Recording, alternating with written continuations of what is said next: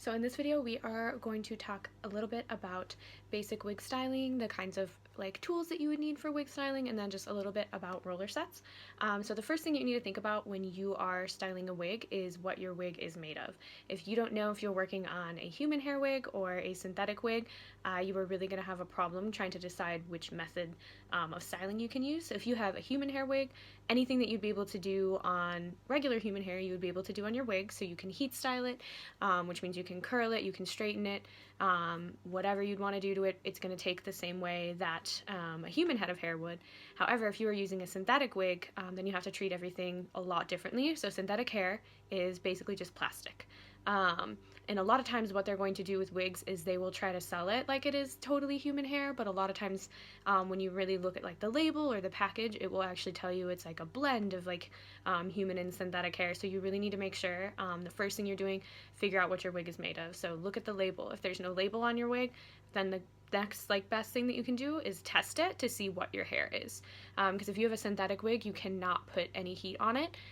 They do make synthetic curling irons, and then now they're making synthetic hairs that can handle a certain amount of heat, but I personally don't really trust those, and I do think that it is always better to just kind of err on the side of caution and not use a ton of heat on a synthetic wig, because really once you melt it, it's really hard to kind of smooth the hair back down and to style it, and the last thing you want to do is trash a wig or hair that you just bought. So always want to check your label. If your label is gone or it's just not clear, or whatever the case may be, or if you bought a pack of hair and you're it says it's human but I don't really know if it is, your best bet, like I said, is going to be to test it. So some people will actually take a lighter and they will burn the hair.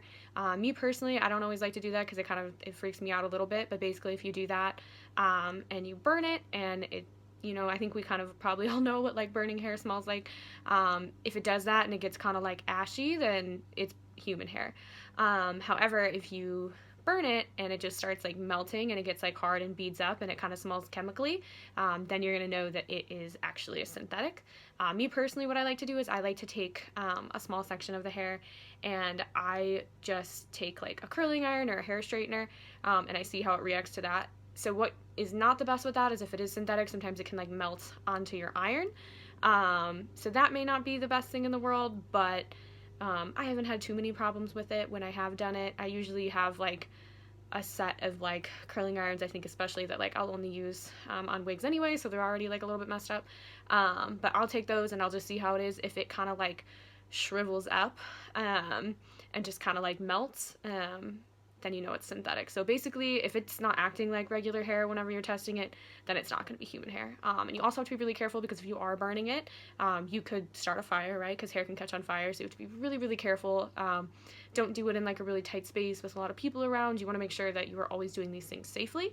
But it's a really good idea before you start to just always know what it is that you're working with, because you don't want to get done building this wig, ventilating the front, whatever it is that you're doing to it, and then you go to style it and you just burn the hair right off because it's actually a synthetic wig.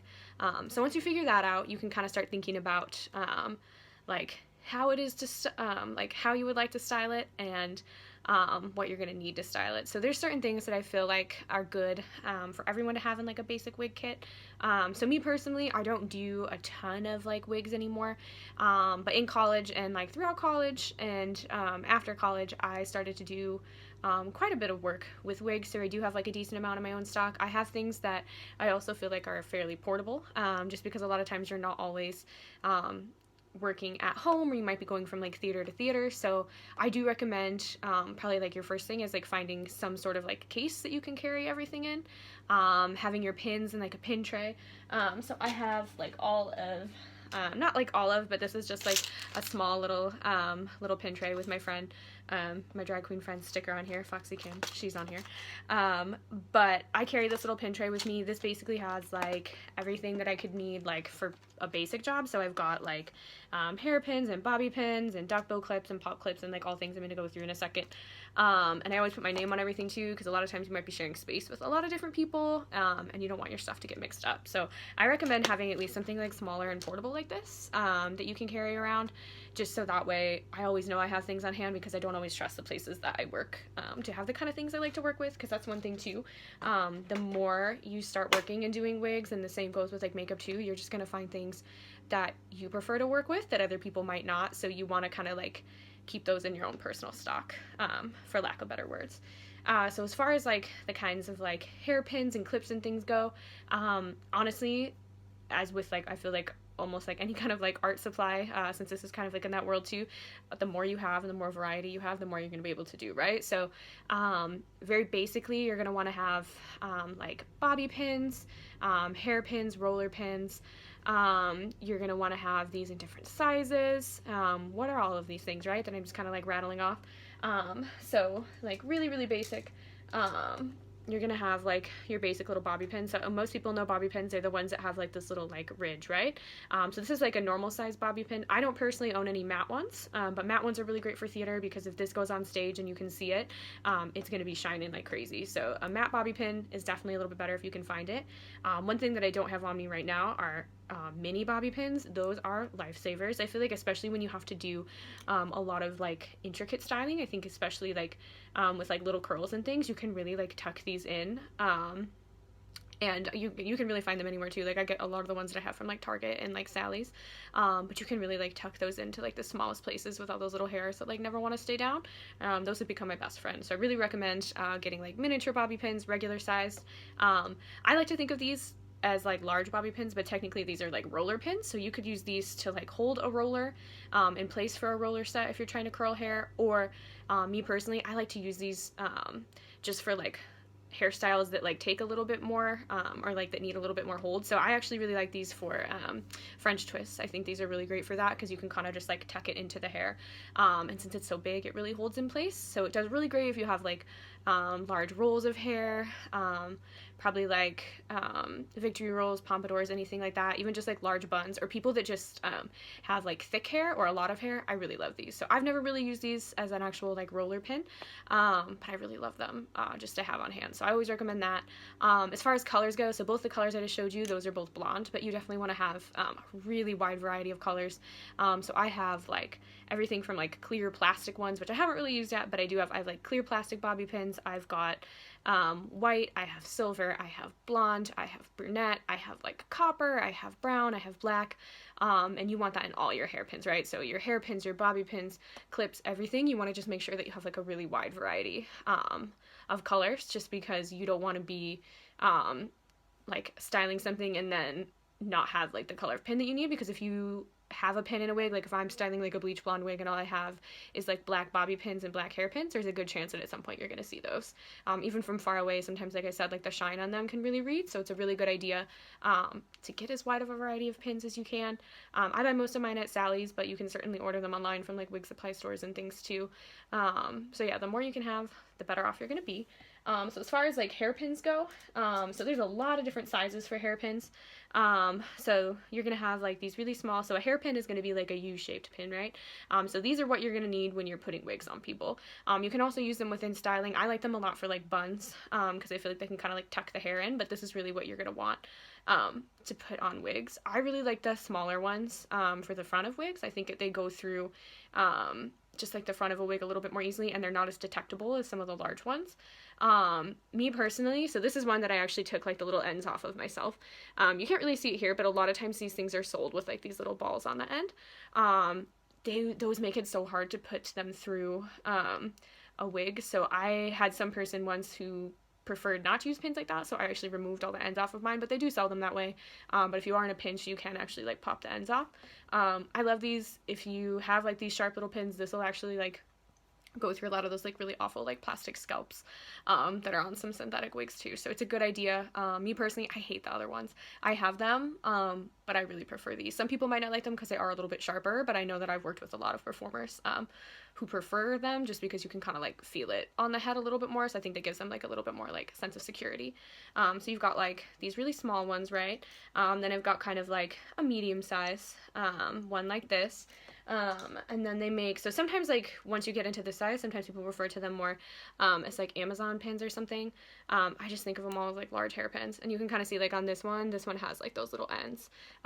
So in the back of a wig, these can be really great, or if somebody has like a quick change or something, these are really nice, just because you can often see these a little bit more easily.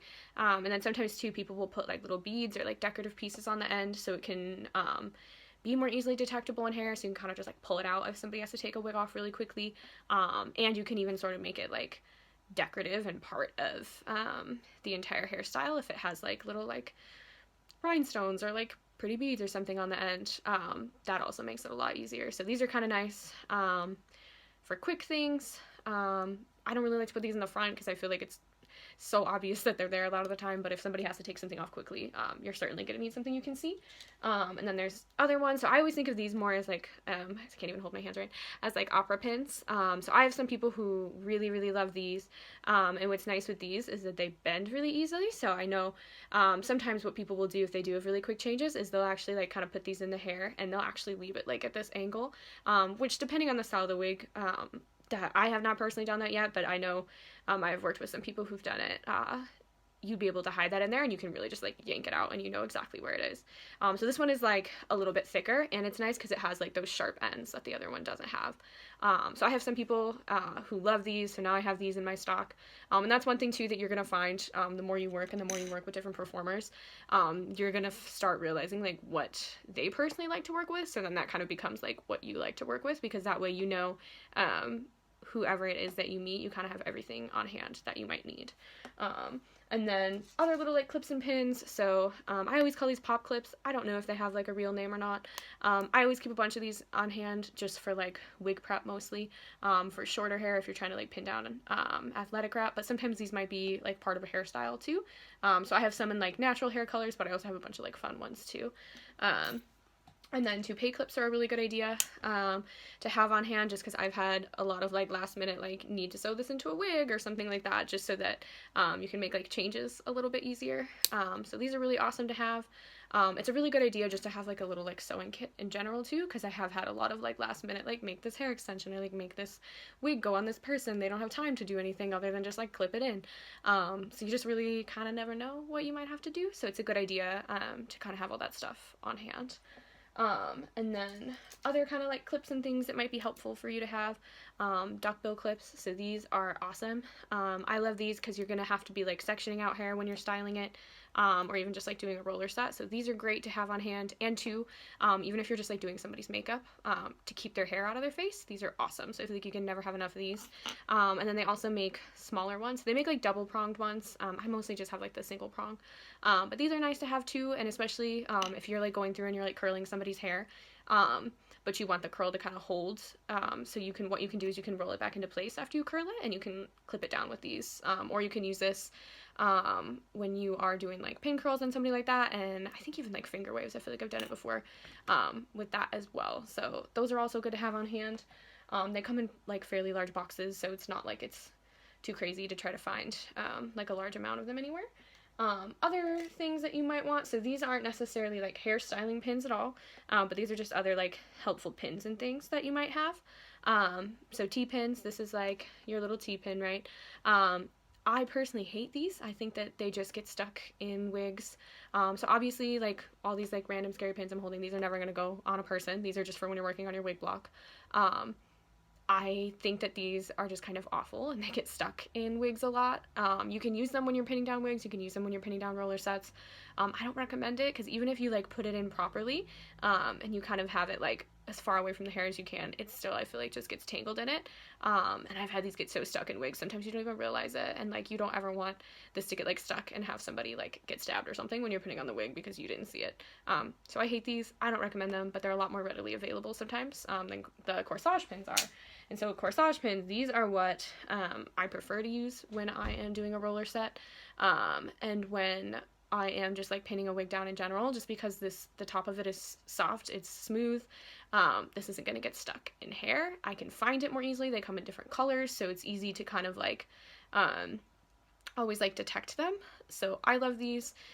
They're more expensive than T-pins, I find, but they're awesome. So yes, these are called corsage pins. I always refer to them as pearl tip pins, but if you're actually trying to like buy them, you're going to want corsage pins.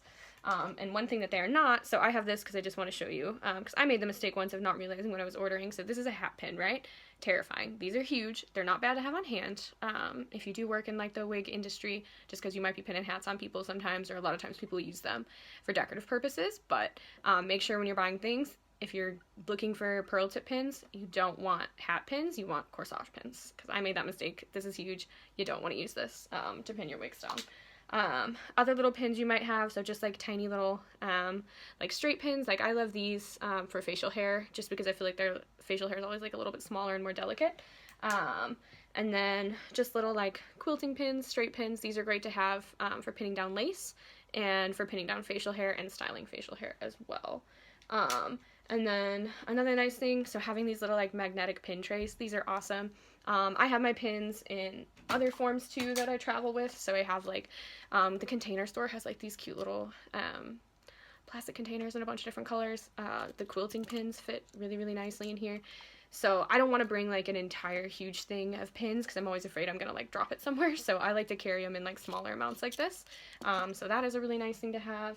Otherwise I have like my small facial hair pins in here, and again you can see I have my name written on everything, just because you never want to lose anything, especially when it's something where it's like, how could I ever know like my container pins apart from your container pins, because they're pins, they look the same. So those are good things to have. Other things that you're going to need, so if you are working on lace front wigs, you're going to need some sort of like bias tape or like twill tape, just to kind of like tape down the front of it. And by tape down, you're like pinning it down. So it's not sticky, obviously. You're not physically taping it, you're just getting this a little bit wet and you're using it to smooth over the lace, so that way you pin through this and you don't pin through your lace. So you want to have a bunch of this on hand. Other things you might have, so you're obviously going to need like some kind of like combs and things, right? So this is another thing where I think like the more you work, the more you're going to kind of like figure out what you personally like to work with. But I've kind of got like my own collection. One thing that I actually started using this year, it's not normally this like full of stuff, but this is actually like a little like makeup brush holder, but I started using it for my combs. And again, it's just really nice to have when you do like have to like take all your stuff and travel with it. Pretty much most of my combs, not this many, but most of my essential ones will fit in here. And I can just like pack this up and throw this in my bag, and I've got like my scissors, all the combs I need, everything's in here, and it stands up. So I don't have to worry about just like laying stuff all over a table. So I really love this. I think it was like 10 bucks on Amazon. I have it for my makeup brushes and for my hair brushes. Travel friendly stuff, very important. So brushes and things you might need. So you're gonna want, I like to have, so mine are kind of like trashed because I've had a lot of these for a while. You're going to want to have like some kind of like larger like wire bristle comb. So these are really good for like synthetic wigs, especially. I feel like because they get really like tangly. So you can even get like dog brushes and stuff for these too, but I love having these. These are going to help you get through the really thick wigs. And one thing you can see I have on here, so all my hair brushes, you won't see all of them like this, but I need to get back in the habit of it, and my makeup brushes too. I like to mark them as mine. So I put like the same color of like tape on all of my hair brushes and combs, or like on my makeup brushes I like paint it with the same color of nail polish, so that way if you're working around a bunch of other people, you'll always know what your kit is, and you won't risk getting your stuff confused with anybody else. So another thing, so this one is definitely trashed. I like destroyed it working on wigs this past winter, but these Denman brushes, these are awesome. They're a little bit more expensive, so this is plastic bristle, but these are great. But you can see mine's kind of dead because I had to brush through some really intense synthetic wigs this past year. But I have this, I have my wire one, and then I also just have this one, which is like full of wig hair, which is gross. But I have this too. This one's not my favorite because I do feel like it kind of gets stuck sometimes, but for like a human hair wig, this one's not bad to have too. Just having like large brushes is just kind of nice in general. And then you're gonna want to have like a large comb. You're gonna want to have many combs, so this is not like the only like large comb that I have, but this is good because you can't brush through hair when it's wet, right? You always want to use a comb when you're going through wet hair. So whether it's synthetic or human, combs are your best friend to detangle something, especially when it's wet. So I have combs that are that size. I always make sure I have a ton of these on hand. I hate when I go work somewhere and they like have like a mystery bucket of like combs and brushes and things and expect you to either like use it on the actors and actresses or like expect the actors and actresses to use it. It freaks me out. I feel like it's not sanitary a lot of the time, so I buy like the big packs of combs, and I always have a bunch of these on hand, so that way if I have to give it to somebody, they can use it, I can use it, and I know that it's clean. You're going to want to have rat tail combs. So I prefer the ones with the metal ends on them as opposed to the plastic. I just feel like they last a little bit longer. They don't get damaged when I clean them as much as like some of the plasticky ones. And I also just feel like this is like kind of like a sharper point. So if you're using it to like section something out, it's a little bit easier. And then I also think that if you're doing like a pad out or something, you can like shove the stuffing down a little bit more easily with one of these as compared to like the plastic ones. So these are great to have. You also want to have like a smoothing brush. So these are your best friend. These are amazing. I love them for wigs and for regular hair. I have one of these for myself too, and I have it for a wig one. So this one, if you're trying to like bring back curls on something, you can basically just like take this, smooth it over the curl, and it'll just like bring it back to life. You can tease with it, so you can create volume with it. These are just amazing. I love them. Have these. They're the best. Other things that you're going to have too, so you're also going to want kind of like one of these. So this is like a teasing comb, so it's got like a pick on one end and then more of like the comb part on the other. These are really great for when you're doing roller sets that kind of help you like kind of like section things out, but just kind of like comb through things a little bit more easily. But it's also great to like lift hair, and it can help you like create volume in it too. So you can tease it, but then you can also go back in and use this to just kind of like, if I've like styled back like the side of my hair but I feel like it's like too flat, if I like put this in it, you can like pop it up and that's gonna help you get some volume that you might not have had otherwise. So I love these. I have multiple of these. Also getting the ones that have like the nice grip on them. Be nice to yourself. Buy things that are going to be really comfortable for your hands, because you're probably going to be working really long hours when you are working on this kind of stuff. So those are all great to have. As far as scissors go, so I don't have super expensive shears or anything. I mostly cut synthetic hair, so I have like these really like scary old hair cutting shears. And then I also have which I haven't even like taken the little plastic things off of, which is horrifying because I've had these for years. That's so embarrassing. But I have thinning shears too. So this is really great for some synthetic wigs that just have way too much hair in them. These thinning shears are awesome. They do kind of like mangle the inside of the wig, so it's not necessarily like a cute haircut that you're gonna give it, but if you really just have a synthetic wig that's like way too much hair and you need to cut it and get the hair out quickly, get these. They're awesome. So I would say bare minimum, get thinning shears. And just regular shears. And again, kind of like in the world of sewing scissors, I have scissors I use on synthetic and scissors I use on human, just because the synthetic hair, you're literally cutting plastic, so you're gonna like dull the blades, I feel like, after a while, as opposed to if you're just cutting human hair. So kind of keep that in mind too. Other things you want to have, so this is technically like to apply cake mascara, but having like little toothbrushes or little like combs like this is great for cleaning things. So you're going to need to clean your lace on your lace front wigs, you're going to need to clean your facial hair, and then also these are really great if you have flyaways on a person or on a wig. You can take a little bit of hairspray and you can just like comb that down. I also always make sure that I have like tiny sewing scissors and stuff too. So have small scissors. I don't have it in this little kit, but I also got, and I just got it like Walgreens. It's like a mustache grooming kit that has like really small scissors in it and like a tiny little mustache comb. I think that's great to have on hand. Not only for like hair stuff, but it can also be good for makeup too. Like it's great for like bald caps or anything like that. So again, like the more tools and things you can have to work with, the better off things are going to be for you. Another thing that's going to be really important is you're going to need some kind of like a wig clamp. So mine is kind of like dead because I've had it for a very long time and I only have one. So this is one that would attach to a table, and basically your wig block just goes straight onto here. So this is going to keep your work stable. And then they also do make these like freestanding, and those can be really nice, I think, especially if you're doing like a lot of ventilating. They can make it a lot more comfortable. So I don't have one of those yet, but those are really great to have on hand as well. And again, this is just from like Sally's. It's like 10 bucks, not a huge investment for a lot of this stuff. It's just things that you're gonna like gather over the years. Other things you want to have, so this might seem like basic, but like obviously you want to have spray bottles of water.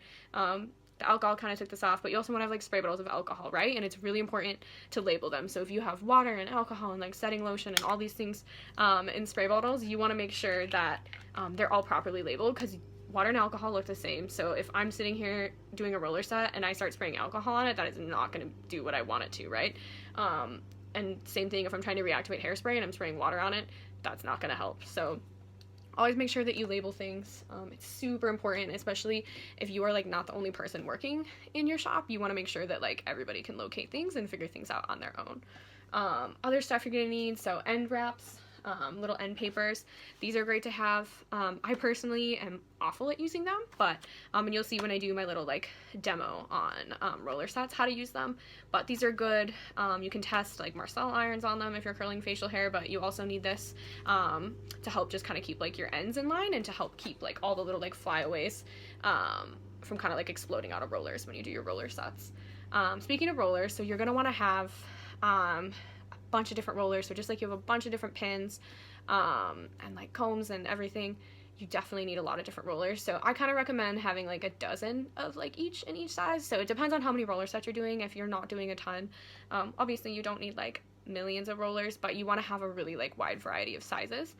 So go from like your very smallest, so that's usually going to be like a perm rod. So you're going to have ones that are like this small. So this is like a little plastic perm rod. As far as plastic rollers go, I don't really like them. I have plastic rollers.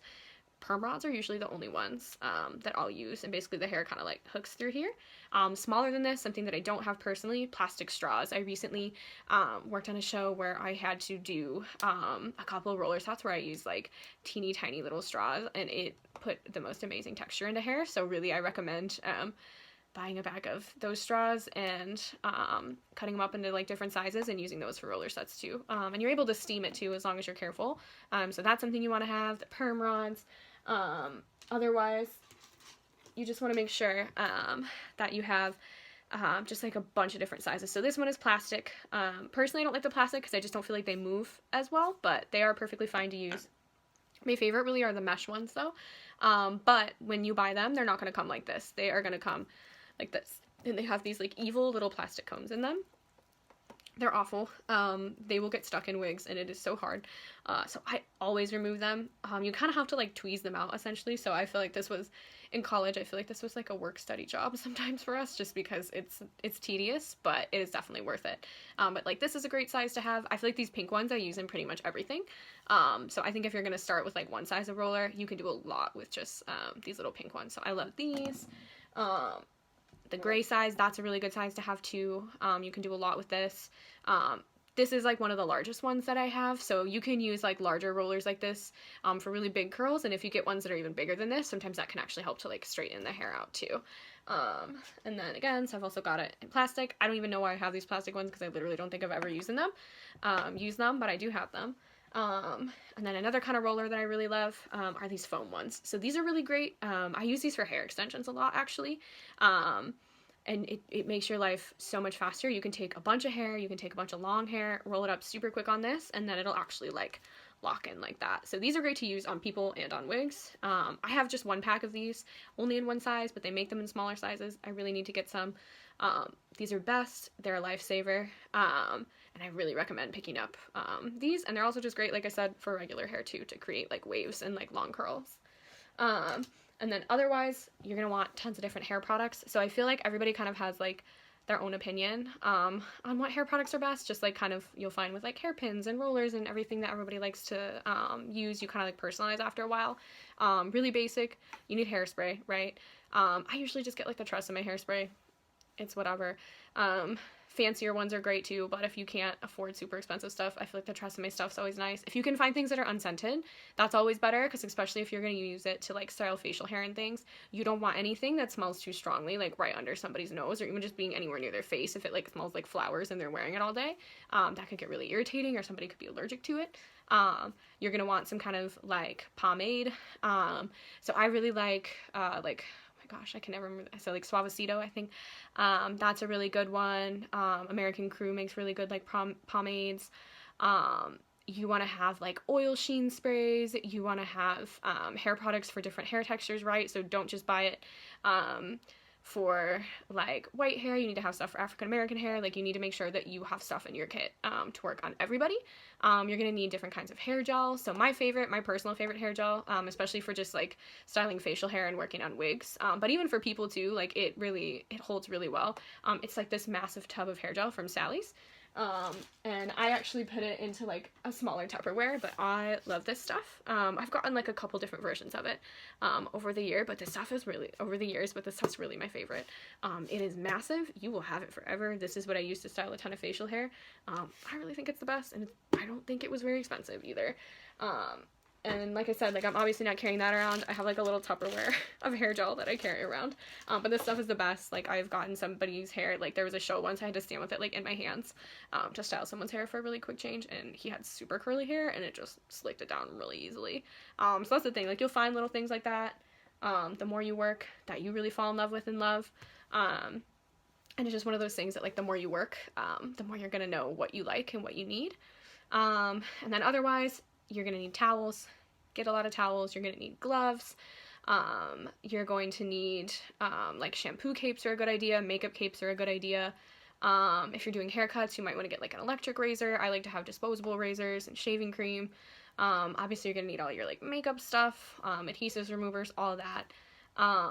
And then you just want to make sure to that you're like storing all this stuff properly. If you are working in a place that has a flammables cabinet, anything that's flammable, anything that's like alcohol or aerosol, obviously that should go in your flammables cabinet. If you don't have anything like that, don't store it directly next to heat if you can avoid it. Try to keep things like that away from heat, away from like outlets, anything like that. Again, label everything so somebody doesn't like pick something up and think it's water and it's not. Always want to be sanitary, so I would recommend getting like some Barbicide and like the little, like I don't have my own, but like the little canisters that you can fill with to clean combs in there. That is super important to keep things sanitary, especially when it comes to like hair. And I know we talked about it in like my makeup videos, like how to keep makeup sanitary, but with hair it'd be so easy. If you just have like a little container of Barbicide, just throw the combs in there and let it kind of work. So that's another really important thing to have cleaning products, obviously, to like wipe everything down. If you have a wig dryer, that's amazing, but not everybody's going to have those, so you might not have that. You're going to need like shampoo, conditioner, Dawn dish soap, whatever it is that you like to wash wigs with. If you work on human hair, you're going to need like blow dryers and curling irons and straightening irons and all those kinds of things, but that's the kind of stuff that will just depend on like what styles of wigs you're working on.